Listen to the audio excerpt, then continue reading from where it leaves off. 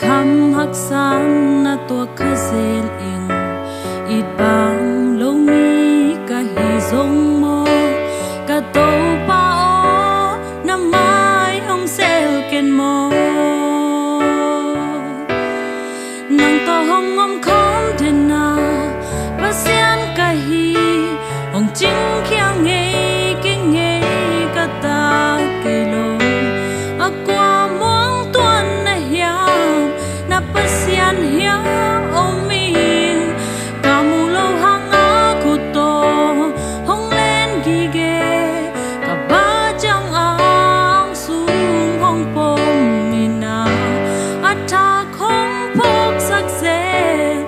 ka zai tha hong dim kik sak se na hang ze na thuốc zo ba mo lo pi mo sak na thuốc zo ta tua te hon kia in na lam sang pa akwa hi tua na hiam bang hang lung kia tha nem ning ka hiam bang hang lam me pe sak tin ka hiam to pa thế lâu cả là piang hong ke kanun na a tu nei pa ama hi zo nang to hong om khom de na pasian ka hi om ching khyang nge ka ta ke lo akwa mong tuan na hiam na pasian hiam om mi kamu lo hang a khu to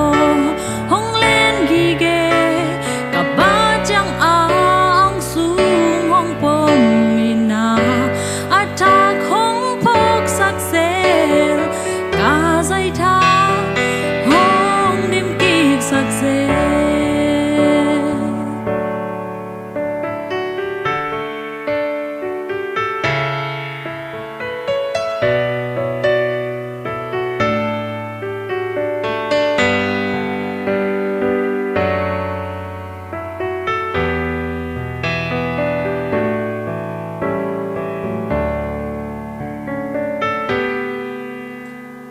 na hang ze